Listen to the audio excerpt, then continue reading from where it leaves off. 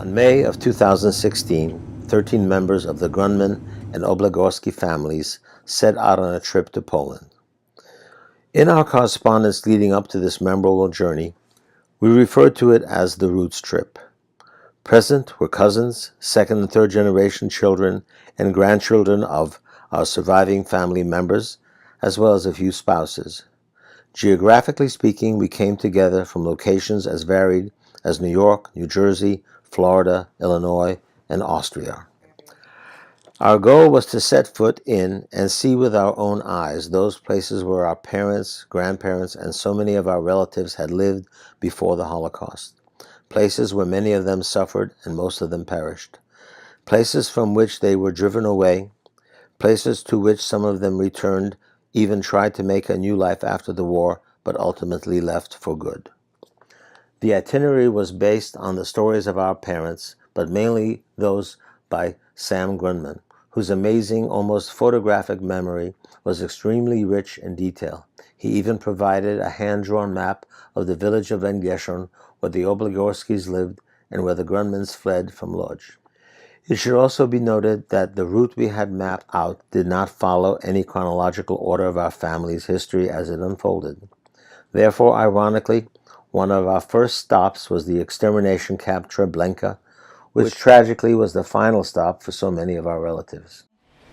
Okay, so Treblinka was the place where those in our family who were deemed unfit for work were taken and exterminated. Specifically was my grandparents, my aunt with her husband and two children, another aunt with a husband and a child, and that was it because the other uncle had gone to Russia and my father and Edja were in work camps. These were our grandparents on my mother's side and my father's side. And those sisters and their respective husbands and kids who were, I guess, useless for the Germans. It's hard to walk those steps knowing that all these people walk those steps knowing that they will going to their death. There's like nothing there. It's a void, you know. And I always had this feeling that I'm coming from nowhere because I grew up without having grandparents. All the kids in my class had grandparents. So now there was this void. These people disappeared into nothing. There's nothing, basically nothing there except a few stones. We saw the layout. We saw that there was a zoo on the camp, which was like one of the details that really blew my mind, because like the everyday life for the guards and the horrors of the inmates were just like side by side again, and it was just like a daily occurrence. You just went about your business. Even your business was gassing people, burying people, sorting through the clothes of those who went into the gas chambers. But the place, I just cannot imagine. I cannot imagine the horror on the one hand, and I cannot imagine the brutality and bestiality on the perpetrators and the guards. It's just beyond my imagination.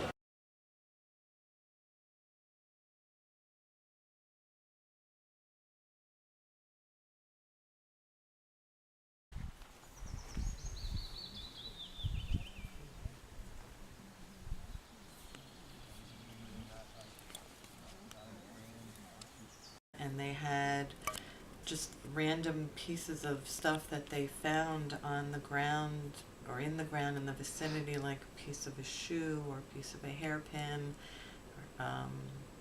somehow, or even a piece of gold, which I don't know how that managed to escape being found and melted, but it did. And I just sort of felt like, those things belong to somebody, and those somebodies could have just as easily been my family as anybody else's. And even if they weren't my families and they were somebody else's, it just really personalized everything for me. And the Treblinka Memorial was really, for me, rather moving. And the one thing that really sort of made my eyes well up where I lost it was when I watched the movie that had the interview with the survivor. I think Marek Eleman, I think. I'm not sure actually the name. But when he talked about having to cut the hair of the people, of the women who went into the gas chamber, and this young girl who had just graduated high school in Warsaw was sitting there, and as he was cutting his hair, she just asked him, "Will it take long?" And that's where I just couldn't hold it anymore. Even now, because that is the human factor. This is the moment, the emotion, the fear, the resignation, I guess. The name was Łódź, but during the Second War, Nazis changed name into Litzmannstadt. So when we speak here about ghetto, Łódź ghetto, it's not for us Łódź ghetto, but it's Litzmannstadt ghetto. Germans didn't know that there is synagogue. There was synagogue here, so it exists because of the fact that they didn't know. But I think it's not possible. No? And so now we're in Lodz, and we were sort of wandering around the streets of the city where my father's family came, and that was really kind of cool and personal, especially like going to the building where he lived in his youth, which his family owned, which was Limanoskova 6, which I'm sure there's like all this other video of it because we were filming. And yeah, it was just kind of interesting to try and see the streets through his eyes as a child, when that was just like home and fun and where your friends lived and where you played in the street. So it was interesting for me. And this is the diagram that Grandpa drew of where they used to live. And this green sign on this building is where they used to live. And then they moved across the street here to this building. On the corner there was something, and then they had the shoe store, and on the other side was a butcher shop. And through the archway there's the courtyard in the other building, and that's where they lived. And now it looks like a rent-subsidized housing. And this staircase on the left side behind Second Arch, you would walk down the hallway to the right, and Fella's apartment was straight down the hall, and Manya's door was the last door on the left. Live in. That's the location, and we think it's the building. And then this used to be a cemetery. And Susie either lived here or in the building. And Or just Susie's past. grandpa's cousin. Yeah.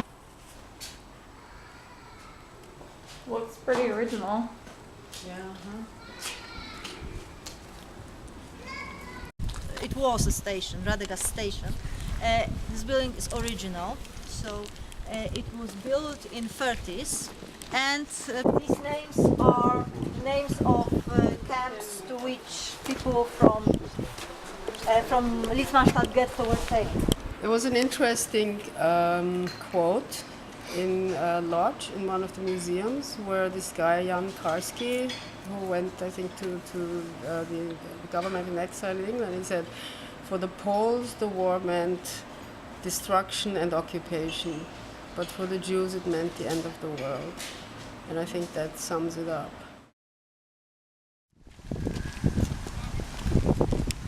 Skarżysko, again, we got there.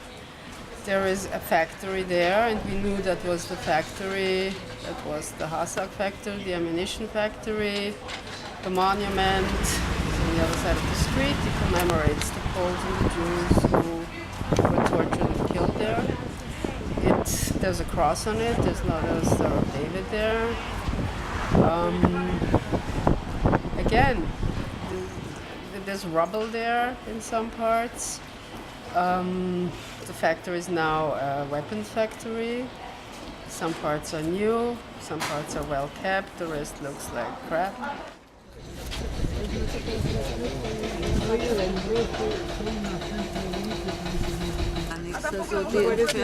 He said that from here there is nothing to be seen. One should go around, but also there you cannot see anything because different firms bought different stuff and demolished it and rebuilt it, so you cannot So see none of these anything. buildings No. are from then?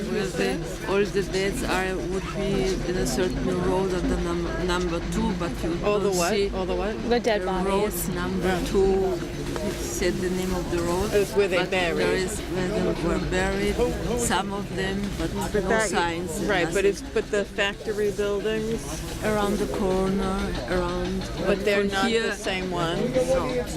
No, He says not the same ones. Be the rail coming into the factory. Oh, this was the rail. Yeah. Yeah, because you can see the main tracks, and then you can see the rail coming to factory. That would be the place. People were yellow because they were using a lot of sulfur, and people were dying within 90 days. And Arben and Schmorike survived here. And then he survived. The closest story was he was lucky. That somebody was like nicer to him, and some Ukrainian workers sort of liked him, and they helped Arben and Schmorike helped each other. And it's only pure luck, but the brutality, you know, if somebody just carried something wrongly, he was shot on the spot and killed right away. So there must be hundreds of people buried in this area. Where do you get rid of all these dead bodies? As you know, Skaržisk was the camp that our parents, my parents, and Henry, so the Grundmans, Shmulek, Adam, Eja, Escho, who is Adam's sister, my aunt, and Sheila's mother, were taken to, and Joseph, of course, the youngest brother, who was about 16 at this time. They were taken to this Skaržisk. Men worked in work C, and women worked in work A, or A. And it was hell on earth. And it's hardly mentioned in any Holocaust biographies or descriptions. For my father, he always said that was hell on earth. It was the worst place ever. And he went on to be in Buchenwald and Mauthausen, in a concentration camp. But this camp was like topped it all. And we know the details from Sam. And again, it's just like unfathomable to me what these people went through, how these people were just used, abused, and disposed of, and the machinery of it. And how they survived, how this little percentage survived, and that my dad, your grandpa, my mom, and Eschu survived is a mystery. It's sheer luck, you know. Yeah, and Joseph didn't make it. Joseph was 16. He was too weak, he got sick. And then I looked at the fields beyond the factory and I asked Magda, so what happened to the people who died here? Because about 30,000 people went through here, and I think, I don't know, 3,000? No, how many survived? Like 3,000, 2,000? Yeah. Of all. They were disposed of in the woods. So I think all these woods and the meadows, as pretty as they look in Poland, they're soaked with blood. Leszczyn is the place where my father was born and grew up, where his parents lived, and where the Grundman family then moved from Lodz to find safety. She was in the street, they met up with a priest, and they started asking questions, and the priest wanted to show the church, but they were not really interested in seeing the church. But they asked him if he knew any older people, and he referred them to a man who was in his late 80s. Down the street, and there was a man, you know, who would come out of like a gate. Yeah. An older man, and we started to ask him if he ever heard of Oblegorsky. He was very helpful, but he didn't remember anything. I pytanie, czy pan może kiedykolwiek słyszał nazwisko Oblęgorski? Słyszałem. Ale pan wie, w którym domu, w którym miejscu mieszkali? Oblęgorski.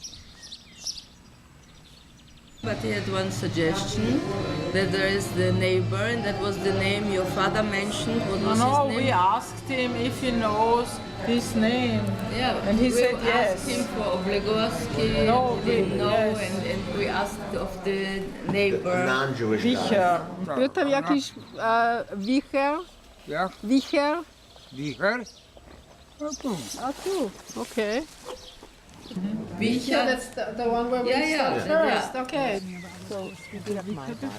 Your father, would always beat up your father, like when he went somewhere, was afraid. It's just like Like a kid type thing. Kid type thing, exactly. Yes, okay. Yeah, so we were asking, so he started to tell, okay, the Wichand is the one who is owning 3 houses over there, and there are generations of people who are living there, they should know. And while we were talking to him, the young person came out, he was younger than maybe over 50 years. He was born in 58. Yeah, that's what he said after it, but you know, that was the first impression. So he came over and we started to talk to him, and he started to tell the story that his mother would be over 90, but she Has dementia. has dementia, she cannot tell anything, and he was showing into a house where he says there is somebody living. He pointed He could to a know, house. he pointed to a house that this person could know and Because he could was tell older. something, okay? So we went over to the house, we knocked on the door, and the woman came out of the door and let us in. She then, the woman, she didn't know anything, but there was somebody inside who would be able to tell us. So inside was another woman, and the man, I asked him during this talk of his age.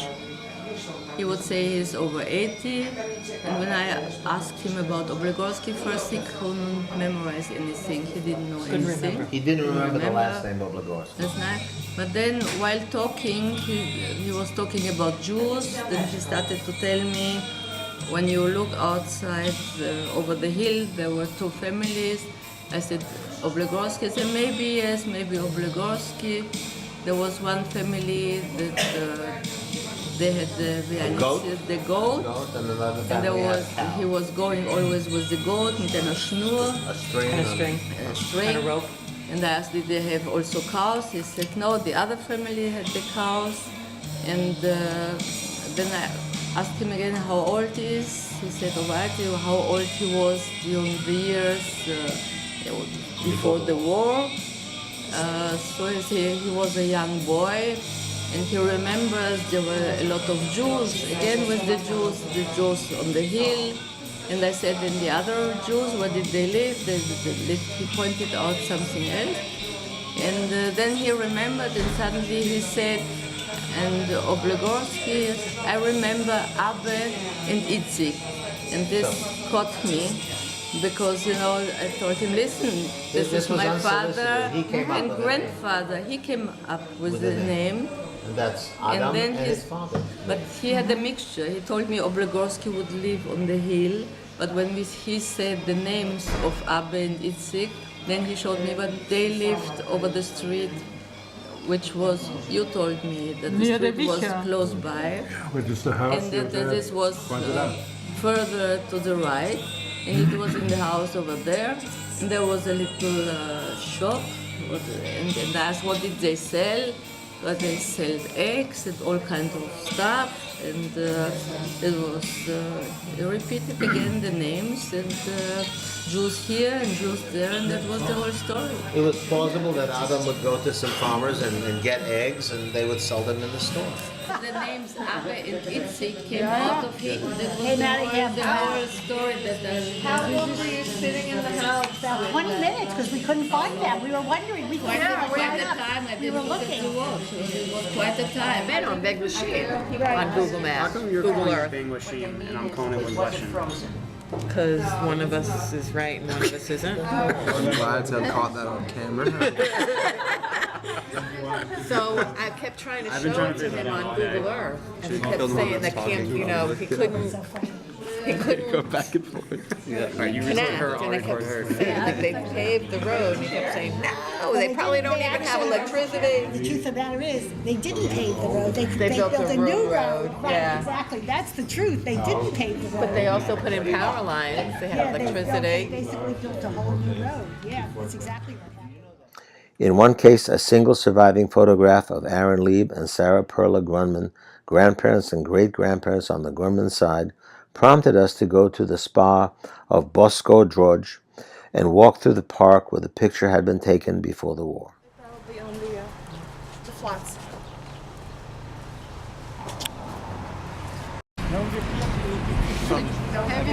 I'm 72. I was 6 when I left. Oh, how long did we live here? 3 years, from 47 to 49. I actually lived in this apartment for a little while with my parents. Yeah. We lived together as both families when we came from the Soviet Union. And then we moved out around the corner over there. Lucia and Lonek. Let's see Lonek. Marina, go over there a minute. Well, Marina wasn't here when I wasn't here yet. But then you were. But then she was, so I should get out of the picture now. Okay.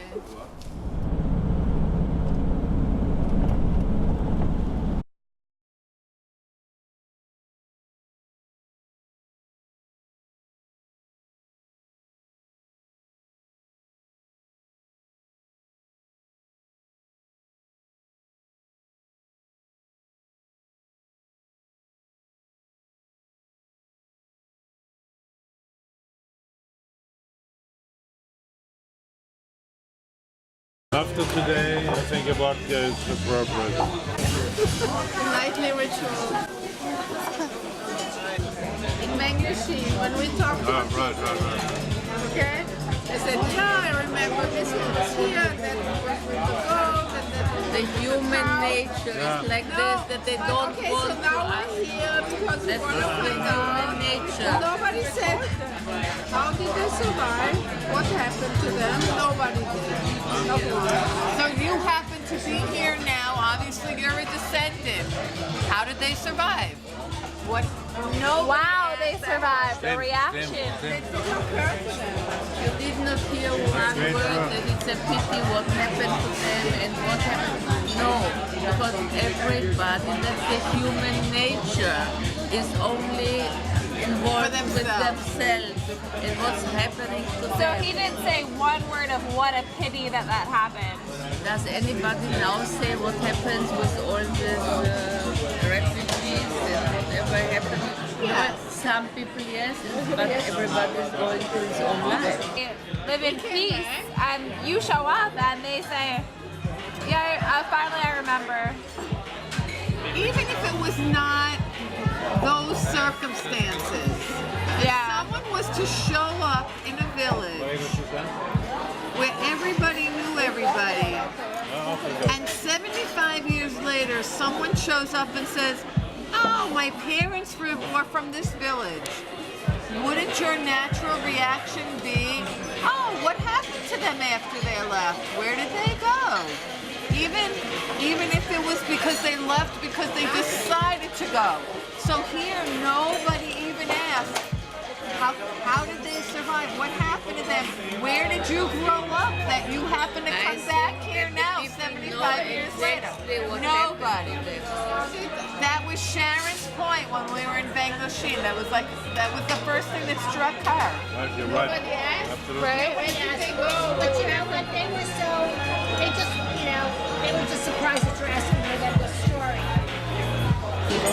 So I was discussing with your mom many years ago. I was 12, 13, and I was a year older.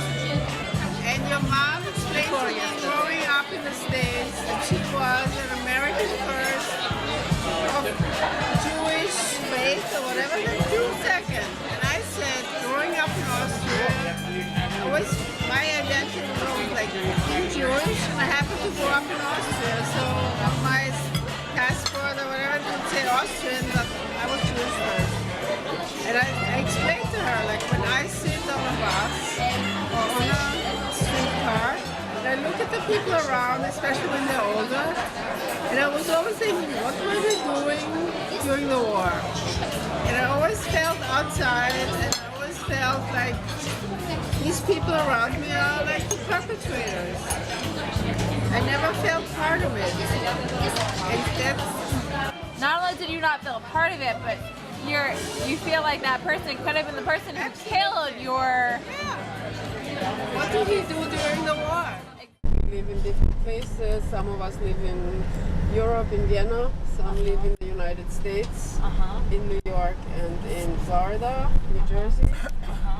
So we all sort of, we have this reunion to see the roots. Okay, so roots. You're sorry for asking no, this. no, that's okay. So our Jewish roots, Polish roots, or Jewish German roots, Jewish roots. German or Jewish Polish. Jewish and Polish. No, Jewish. Jewish Polish. Jewish Polish. If there is a big distinction in Jewish. Okay, so now I know more. But the number is important. 70 chairs, which refer to the number of the people who had been living in Krakow before the war. And although we have Jewish community now in Krakow, how big is it? It's hard to say. And JCC, which is a Jewish community center, and this is the biggest center, and it's the heart of Jewish life now in Krakow, they have registered about 600 people. And about it I'm going to tell you more later because it's a very interesting story, contemporary Jewish life now in Krakow. But we can't compare this with what we had before the war. This world was destroyed, no doubt. It's May 24th, 1995. This is an interview with Samuel Grundman conducted by Rachel Maslia in Floral Park, New York, USA, in English.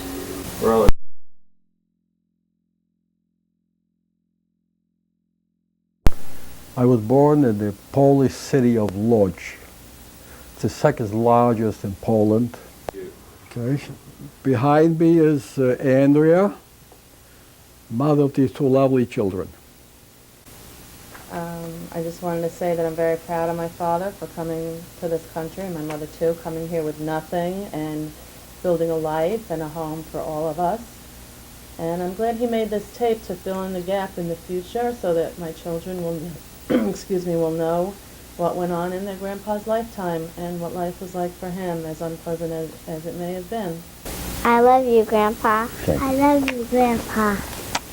I know. What message would you like to leave for your grandchildren? What would you like to tell them? What did you learn? What could they learn? I would like to say to my grandchildren that whatever I told them here, this is exactly what happened, and I hope that it will never happen again in anybody's lifetime.